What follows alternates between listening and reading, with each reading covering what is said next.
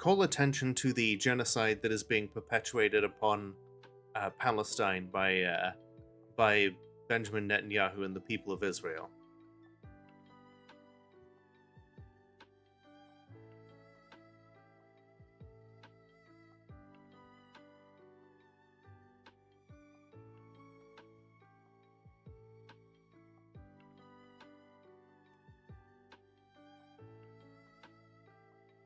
Yeah, and whilst I don't personally think that if I didn't stream today, the amount of uh the amount of good that it would have done, not a whole lot, I don't think. But that's just me. Um, I don't want to necessarily, I don't want to shortchange people. I don't want to I don't want to put I don't want to put down anybody that considers I don't want to put anyone down who does want to strike like that. I just don't think it's going to have any effect. By all means, raise money, raise awareness, but unless some like really big people get on board with it, I just don't personally think it's going to do any good. Don't forget your daily click for Palestine. Where is that? Can you get me the link? Yeah.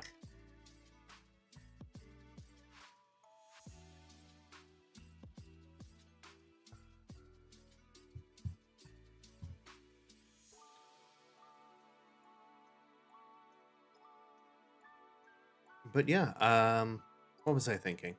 I don't know. Okay, yeah. So thinking about all that, so yeah, that is why instead I kind of had to think of something last minute that I wanted to stream. And yeah, there's one game that I've wanted to stream for quite a while now. Just haven't had an opportunity to fit it into the the schedule.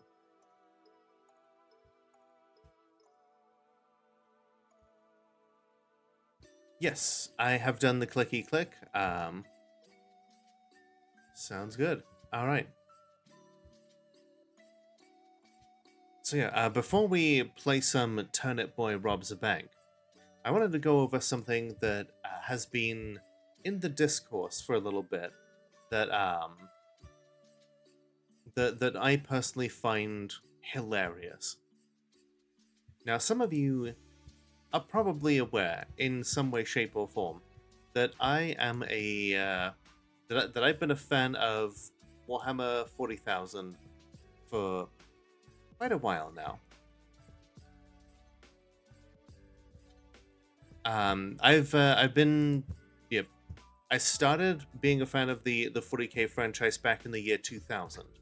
That's when I really started getting into the hobby. So that would be, gosh, would have been about 13 at the time. Before that, I had seen, I'd like walked past Games Workshops, whether it was in the UK or whilst I was on holiday in like France. I would look into the window and I would see boxes of like Space Marines. I remember the first kit that I ever bought, before I officially started like taking up the hobby, was probably a box of Chaos Marines that had like an iconic Power Claw as like the aspiring champion that led the squad.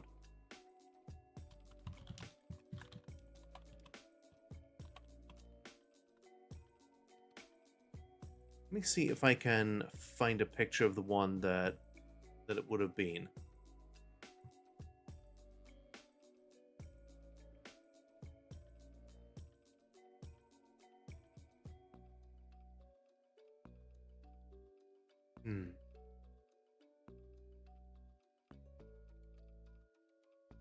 Yes. Okay. I found it. Hi, Renetta. How you doing today, hon? It's good to see you. Can I get a shout out for Renetta, please? So yeah, this box here was one of my first ever was one of my first ever purchases in got into the 40k franchise. This one right here. I remember it distinctly because of the aspiring champion with the power claw.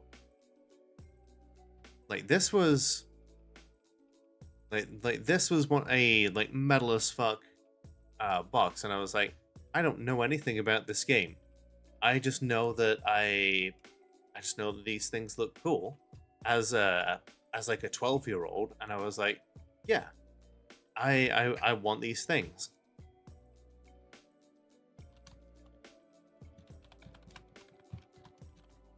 Like that was like my first. So that was one of my first ever purchases, along with some paints, and that's where I started getting into it. And trying to find here, here we go. It was probably this one of the other things that I started. One of my earliest purchases was these like Blood Angels Death Company. I had no idea what they were as a kid. I just knew that they looked cool.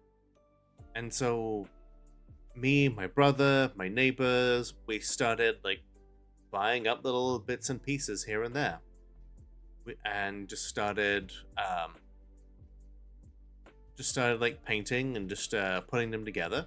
We knew nothing about the rules. The year 2000, I walked into a Games Workshop with like little different bits of armies, had like a demonstration game, and I wanted to learn more. I picked up an old copy of the 3rd edition rulebook, and I started playing. You know, started going to like weekly games. You know, they had different the Games Workshop that I went to. They were that they held like weekly games on like the weekends, where you could do like you could bring a squad of men, and you could learn the rules. Just bring a 10-man like squad of guys. They would put several players on like different teams. They would basically act as like 2 different sides, and they would just have at it, you know, teach people the rules that way. Then, once you were confident enough that you wanted to field a bigger army, they started doing like little campaigns and things.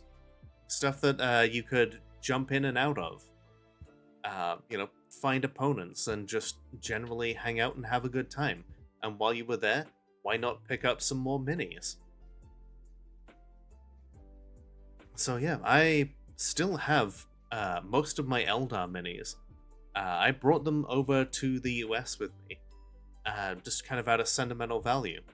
I sold off my Space Wolves, my Necrons, my Tyranids, because I just did not have room to bring 4 armies with me. And sometimes I miss them, but I know that I wouldn't really have used them as much, and I did not have the room to bring them. So as much as I regret selling them off, it definitely helped me get a start in America.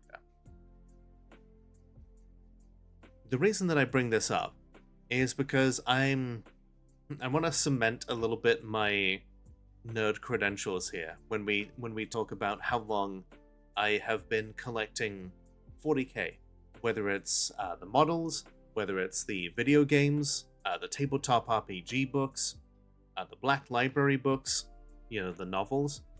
In some way, shape, or form, I have been in the 40k hobby for over 24 years.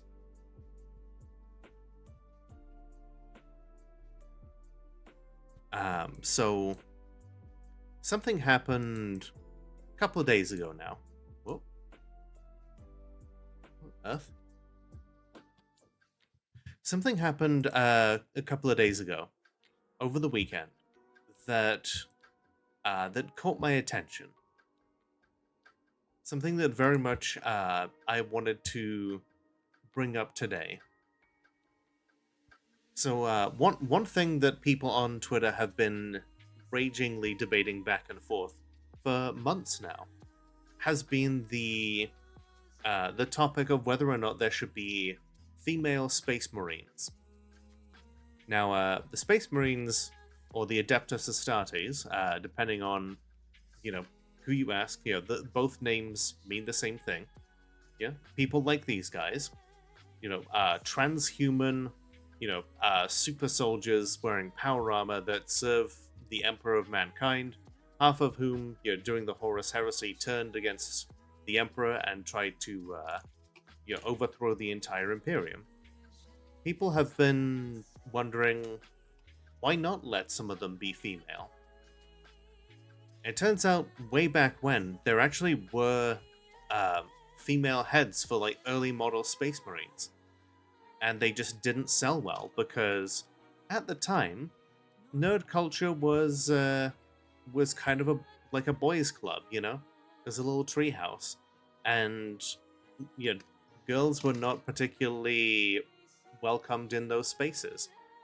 But as people have, changed their attitudes and started welcoming women into these spaces, or turns out some of them were women the whole time. Uh, the the people asking why not, their voices have grown a bit louder, and there are like three different camps. One, the people who push for it because they really want to see more representation in the different factions. Um, the Probably the vast majority are in the, they wouldn't mind if it happened, but they don't really, it doesn't really matter to them either way if it happens. And then you have the fucking fascies who like to play the role of the gatekeeper. Now, these gatekeepers, for the most part, don't even play the game. They've never bought any minis. They've never painted any. They create AI slop in the image of 40k. They Hello, it's a raid. Ari, thank you very much for the raid. Welcome everybody. For those who don't know me, my name is Lola. I'm the world's only Molotov cocktail VTuber. I checked. Currently discussing 40k as a hobby. How was Armello?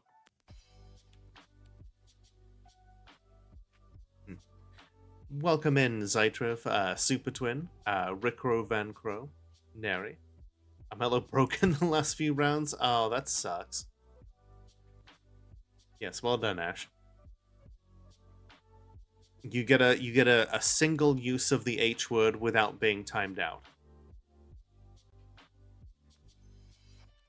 I'm just kidding. That's a lie. I lied to your face right then. You don't. Anyway, yeah, we were just talking about 40k and how I've been in the hobby for about 24 years now. Sure, Heracles. Anyway, so the topic has gone back and forth over whether or not there should be female space marines, and the people who are against it are people who don't partake in the hobby whatsoever. They cry out that 40k has always been conservative, go woke, go broke. But if anybody has taken a look at 40k's lore, it started out fairly satirical of fascism as a whole. But as we all know, like 40k, the kind of people who watch, who like consume this kind of media, have like zero literacy towards media whatsoever. Like, yeah, this is kind of the old imagery that we've got. Kind of making Monty Python references within the old school, like within the old school art.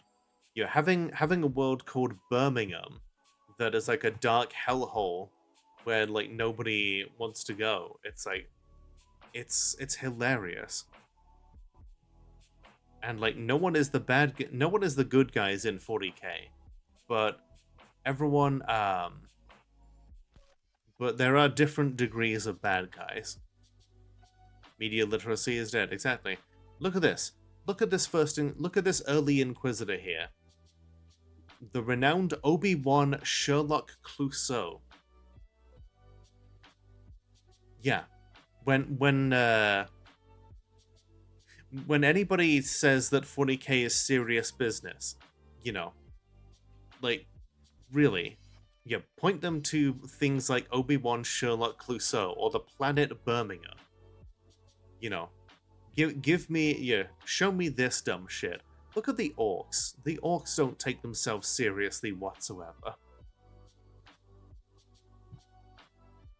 But like the reason that I bring this up is because over the weekend there was an announcement.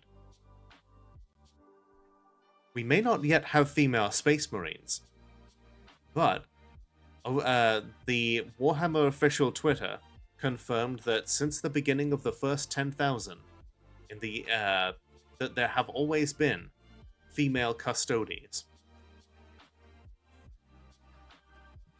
Now, while the Space Marines, the Adeptus Astartes, are the Emperor's warriors that went out on the Crusades, are at the forefront of all the different wars. They are mass-produced in comparison. Every Custodes is tailor-made, bespoke. Each one is its own custom work of art, almost, in comparison to the production of Space Marines. And the Custodes' primary job is as the Emperor's bodyguards. On terms of power level, they tend to be...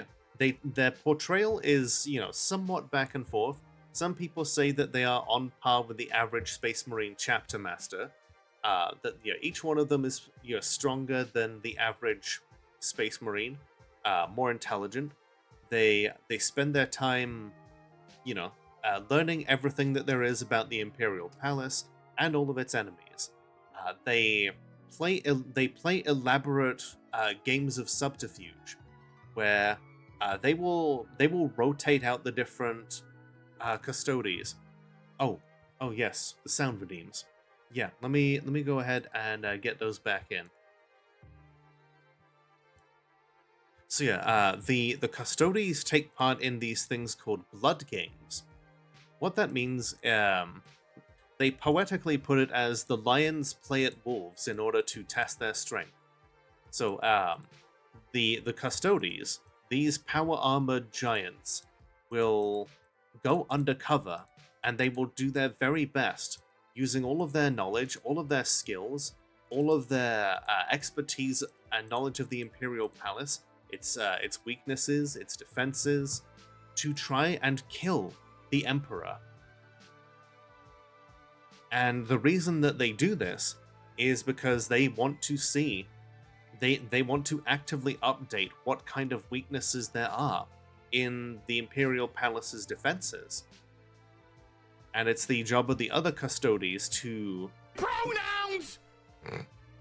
Yes, that has definitely been part of the selective outrage. But yeah, they do this in order to test the defenses, to make sure that there's nothing that they haven't thought of. They do everything from hiring assassins to crawling through vents to... No, it worked. I heard it. Did you all hear it?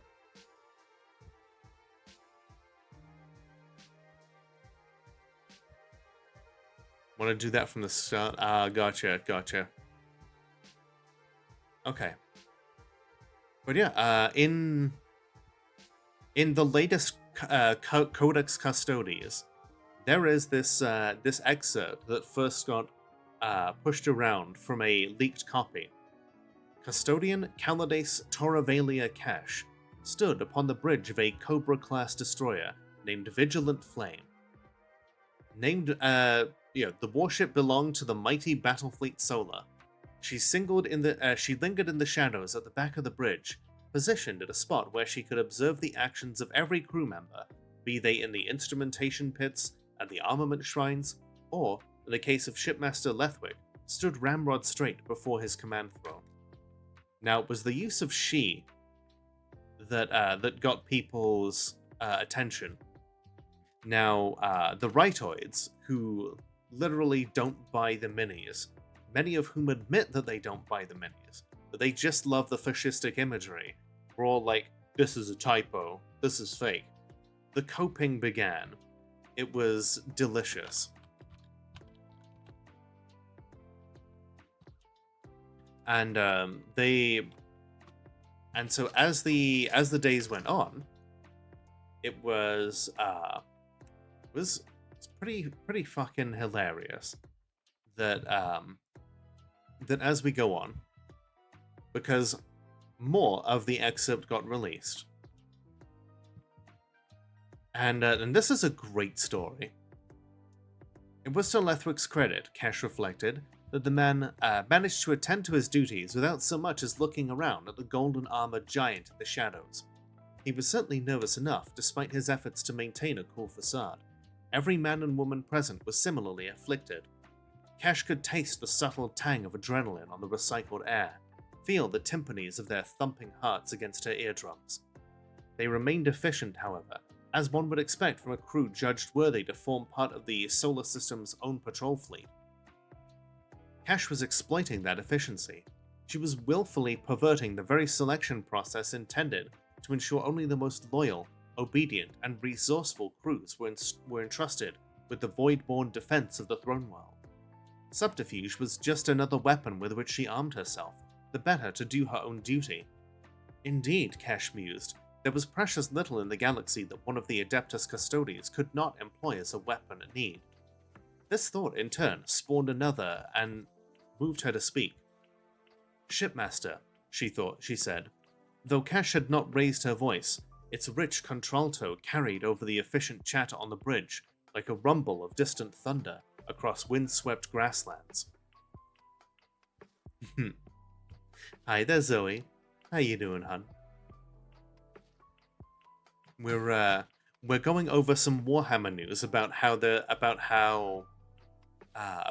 are female Custodes now, and that there have always been female Custodes by the law. Thank you for being a good little sub.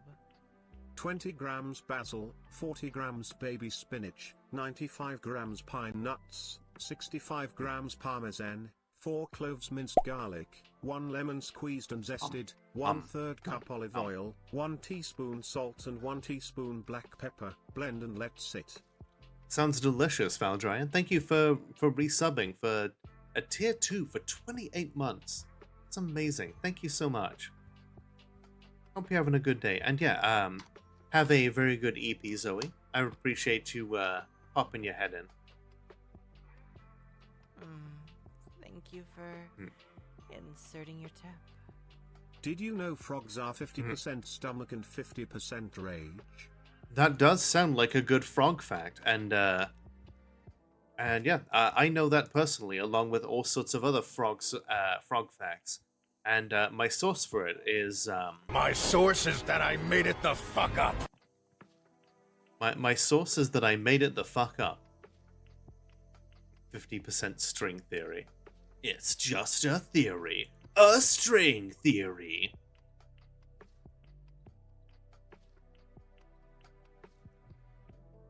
Cite your sources, bachelor. Thank you. So yeah, silence fell, but for the binaric clatter of crew servitors and the tectonic throb of the vigilant flame's real space engines. My lady? Asked Lethwick, keeping his eyes on the crew. Cash noted the man's knuckles were white where he clasped his hands behind his back. What is the condition of the payload? Lethwick did not respond at once.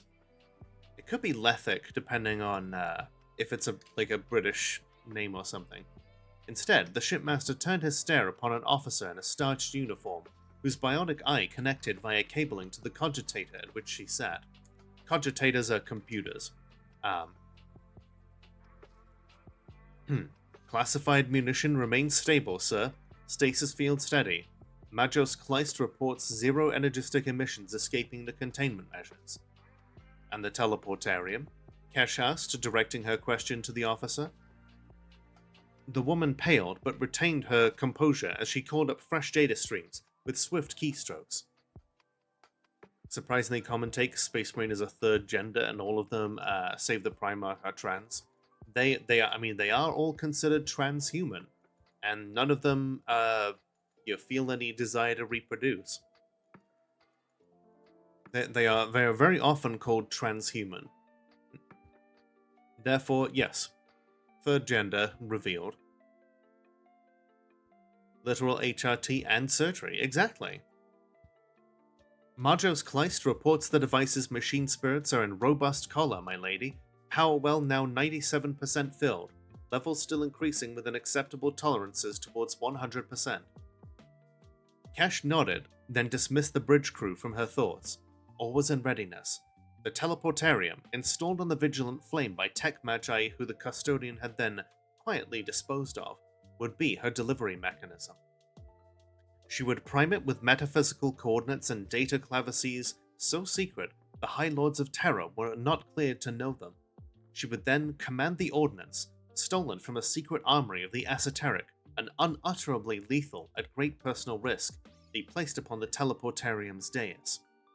After that, it was a case of waiting for the crew of the Vigilant Flame to deliver her into strike range, triggering the teleportation sequence. Alright, Ari, I hope I have not been all that distracting. And, well done for going to sleep. There were risks, unknown, even one of Kesh's puissance could not avoid. The esoteric layers of warding around her target.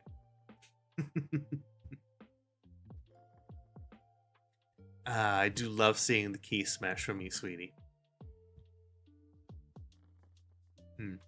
The esoteric layers of warding around her target were ancient, the truth of them long lost even to those who sheltered beneath their aegis. They might overwhelm Kesh's codes. They might overmaster Kesh's codes, eradicating her ordnance during transit, or triggering it and killing everyone on the Vigilant Flame. Even should the payload materialize on containment, there may be shielding and containment measures even Kesh was not privy to. There were secrets that only the Captain General knew. It was likely, Kesh mused, that there were even secrets he did not. Some knowledge now resided only within the memories of the Master of Mankind himself. They're referring to the Emperor there as the Master of Mankind. Even before all that, there were tests of human will and ability to be passed or failed. She reflected, not for the first time, that it was strange to strive with all her superhuman ability and intellect to achieve a goal so utterly opposed to her life's purpose. None of that would stay her hand, of course. Such was the nature of duty. If all Kesh's plans came to fruition in just over 3 Terran Standard Hours, she would deposit a compact cyclonic warhead upon the polished floor of the Emperor's throne room. So, let me just give some context to what's being said here. She is planning to test the Emperor's defenses by teleporting a cyclonic warhead into the Emperor's throne room, where he is basically held immobile in a life support device known as the Golden Throne, which keeps his soul anchored to his body so that he can continue projecting his psychic signature across the galaxy, thus giving the Imperium the only viable method of faster-than-light travel that they have bothered to come up with. He's basically a corpse to which his soul is still anchored, just by sheer force of will and the life support machines of the Golden Throne. As such, he is completely immobile. There is nothing he could do if somebody teleported such a munition inside the throne room. And a cyclonic warhead, belonging usually inside cyclonic torpedoes, basically spaceship-bound weaponry the size of a skyscraper. Typically, those torpedoes burrow into the core of a planet before they detonate, in an attempt to basically shake a planet into pieces, or cause major, cataclysmic seismic events that would just annihilate life on the planet. They're typically used in part of the ultimate sanction, known as Exterminatus. Exterminatus is basically, the the ultimate sanction where typically the Inquisition or other like major like high-level imperial organizations will destroy a planet to prevent it from being taken into Chaos hands. And one of those is what she's trying to teleport directly into the Emperor's throne room. Oh, we reading Warhammer lore. This is the very latest. This is from the Codex Custodes, because we're talking about how Custodes can now be female, according to the latest update of lore, and apparently have been since the original 10,000 were created. So, in theory, it would then detonate, annihilating the companions and the master of mankind in a single apocalyptic detonation. Most Blood games involved more direct attempts at sabotage or assassination, of course. Custodians had crept into the palace under the cover of falsehoods, sent hired killers of every stripe to attempt the deed, had sought to compromise high adepts, once notably even an inquisitor, to act as tools. A few avant-garde individuals had even sought to sabotage the Golden Throne itself. All methods had to be attempted, no matter how esoteric or extreme. All defenses had to be tested, unto destruction if necessary. There was no sense in the Custodians shying away from any line of attack when the enemies of the Emperor would not.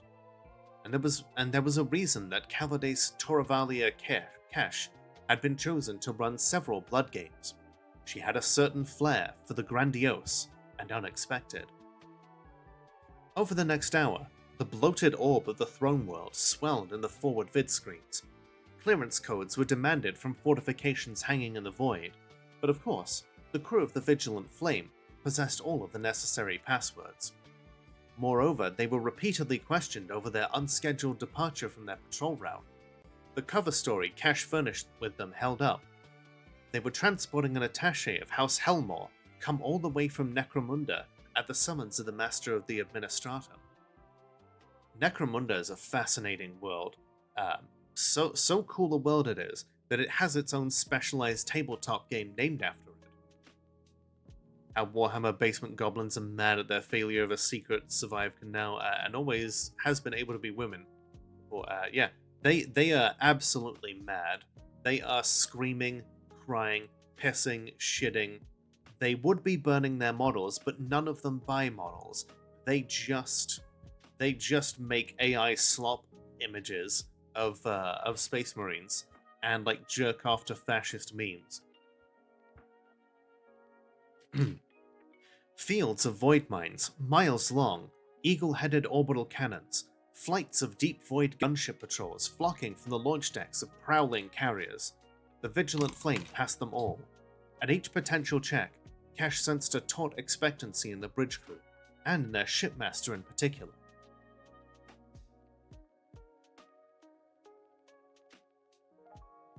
Sweat beaded, near imperceptible tremors ran through hands and voices. Gazers darted evasively about the bridge. Faithful and dutiful as they were, Cash suspected at least some of these men and women hoped, with each fresh interrogation, that they would be found. They did not want to follow her orders, for on some level they suspected them to be madness, even though they came from one of the Adeptus Custodes themselves. They wanted to deny her, but were caught in a vice. They hoped that the choice would be taken out of their hands, that someone else would release them.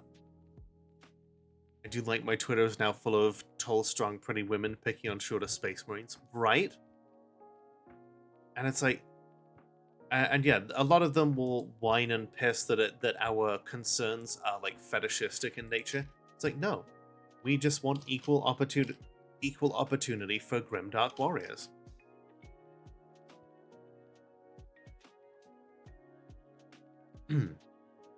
A half hour later, the crew's wish was granted.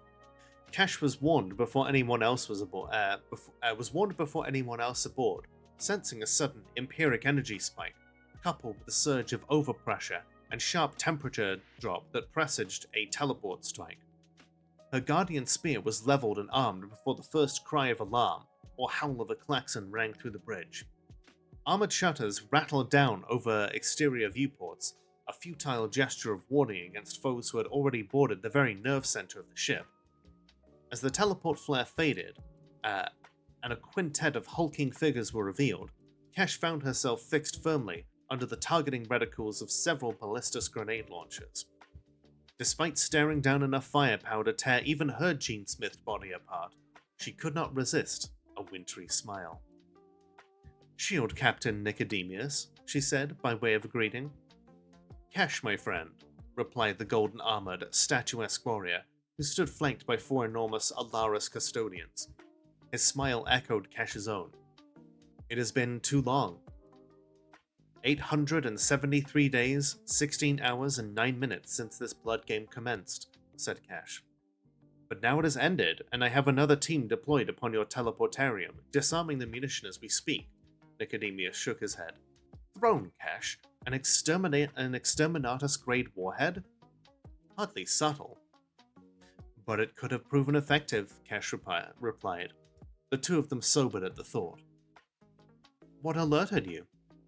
Shield Captain Nicodemus swept his gaze across the quailing shipmaster to his ashen-faced crew. "Officer of Vox Ewa Bator, make yourself known," he commanded. Unable to stop her traitorous body from shaking, jaw clenched tight, the officer with the ocular tether rose to her feet and gave the Aquila salute. That's where you basically link your thumbs together and like your fingers form the wings of the Imperial Eagle. It's honestly, it's kind of a cool salute. How scared do you think the defending team gets when they can't find the attackers? And yep, I mean, like she said, she was gone 873 days, 16 hours, and 9 minutes. The longer they go without being caught, the more they have to wonder, what the fuck is this person planning? Let's see. Officer Bator here believed it appropriate to ignore your request for absolute secrecy. She dispatched coded distress calls amid her standard data missives, and we detected it. Shipmaster Lethwick choked in outrage before he could berate his rebellious officer. The shield captain pointed a finger at the man, menacing him to silence. "There are those who would call such disobedience to a custodian heresy," said Kesh slowly. "And yet, in this instance, unthinking capitulation risked infinitely greater evil." "Recommendations?" asked Nicodemus. "This crew has been found wanting," replied Kesh. "A sword that turns willingly upon its master offers no protection. But examples can be instructive. We shall hand the shipmaster title over to the Adeptus Mechanicus. And we shall hand the shipment over to the Adeptus Mechanicus. Oh, the shipmaster over to the Adeptus Mechanicus. In order to make, let them make a servitor of him, if he wishes to serve so unthinkingly. Excoriation for the crew. Then let them return with punitive status to the battle fleet, that they might spread the word of vigilance.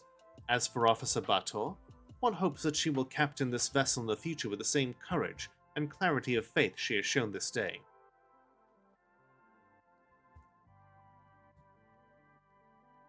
So yeah.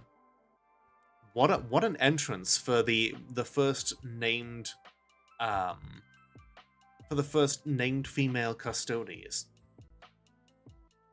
Someone with the absolute fucking gall to steal an exterminatus grade warhead and trying to teleport it directly into the Emperor's throne room. Not even knowing if it would work, but knowing she had to try just to see if it could be done, knowing that other people might do the same in her position if they were the forces of chaos. And then once a blood game is done, then the Custodes returns to their duties, giving a full report over to all the other custodians so that they can analyze it and see if there is anything they can learn from the blood game. You know, there was a dude that disappeared for 5 years and were found lost in the tunnel the traders made.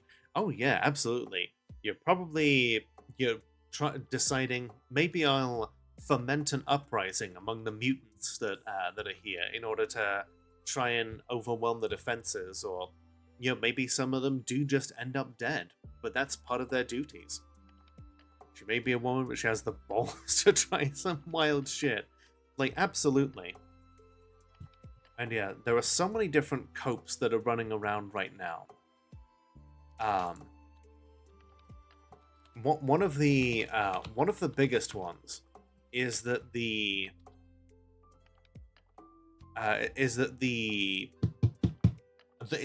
law never changes. They like to whine and say that the law that was originally held is completely sacrosanct, that there is nothing that has ever changed about 40k. To which I say, ha ha ha ha ha ha ha ha. No, you are clearly the tourist if you don't know about Chief Librarian Astropath Ilian Nastase. Born to a human mother on the world of Badab following the expulsion of the tyrant there in 912 of the current millennium, his father was an unknown Eldar mercenary. The youngster was gene-tested at birth in accordance with the law and subsequently taken into Imperial custody. Yeah, dude ended up being a fucking Space Marine librarian. And he was half Eldar. Something which would never fucking fly today in like current 40k lore. So yeah, they absolutely do change up lore.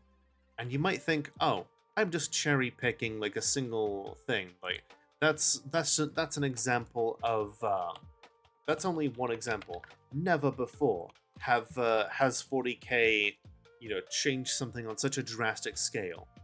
Really. What about the death of Eldrad Elthran? They never changed the castration law. Over 6 years ago now. Probably even longer than that. During the first Eye of Terror campaign. Yes, there was an Eye of Terror campaign before the destruction of Cadia. Games Workshop did an event called the Eye of Terror. And they had it had its own codex and everything. The Eye of Terror was an event that took place over the Siege of Cadia, the 13th Black Crusade. It was Space Marines just need a certain level of tea? Yeah, pretty much. Like a shitload of tea and like maybe some other stuff too. But yeah, Abaddon the Despoiler tried to destroy the planet of Cadia, and he failed. This would be retconned later, of course. The destruction of Cadia and the splitting of the entire galaxy, overriding the previous law, where Abaddon failed to overwhelm Cadia. Not only that, not only did he fail, but Eldrad Elthran, one of the biggest characters in Eldar lore, was killed off, not even in a battle report, just in some bit of fluff in a White Dwarf, where he attempted to commune with a Blackstone fortress in order to try and bring it back to the Eldar, only to find that it was basically possessed within the will of Slaanesh itself. And his soul was sucked into the Blackstone fortress to be the plaything of Slaanesh for all time, basically murdering him in an ignominious way when he had basically defeated Abaddon in single combat in a battle report not too long ago. And people were mad. People were mad as fuck, and they had every right to be. Eldrad was one of the key pieces of many Eldar armies, and a very expensive model. And yeah, one of the coolest models. People were like, what the fuck am I gonna do now? Can I still play Eldrad? and they were like, you can play it in like historical matches, but going forward, he's not going to be part of the lore. And they changed that. They changed the death of Eldrad. They changed the 13th Black Crusade. They made it so that Eldrad left his home craft world of Ulthwé and revived the god of the dead, Iniad. Third edition in the Eye of Terror, there was a corn demon that was said to be the size of a solar system, and then existing the warp, it shrank to 20 times the size of the ship. But as soon as the ship escaped the system, the demon began to grow back. Yeah, like, this shit is bananas. And yeah, like, the writers themselves say that there is no solid canon. People who I knew growing up with called the lore the fluff because of how mutable it was. And you might be thinking, well, that's just, current events, Lola. Never before has Games Workshop gone back and entered something into lore and said that it was there the whole time. They've never completely just overwritten something and just spat in the face of current lore. They've never done anything like that. Foreshadowing is a literary device in which I remember when the Tau were released. The Tau didn't always used to be part of the 40k franchise.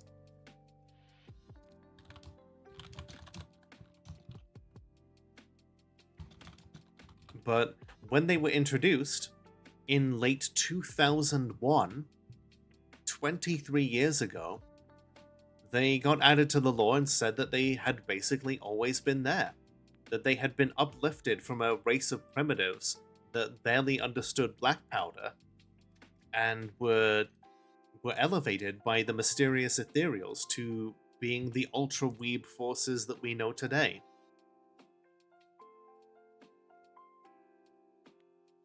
It's, so yeah, and at the time, people bitched and moaned, but now they are more or less accepted. And you might think, but Lola, that's just one example. That's them putting in a whole new race. There's no context for which they've ever even slightly changed a particular existing race that has been there since basically the beginning of the 40k lore. Foreshadowing is a literary device in which the Necrons.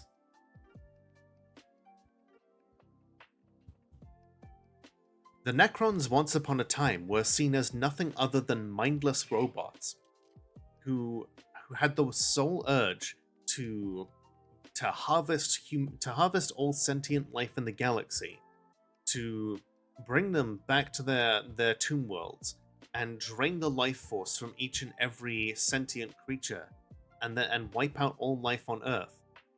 On every Earth, every planet within the galaxy.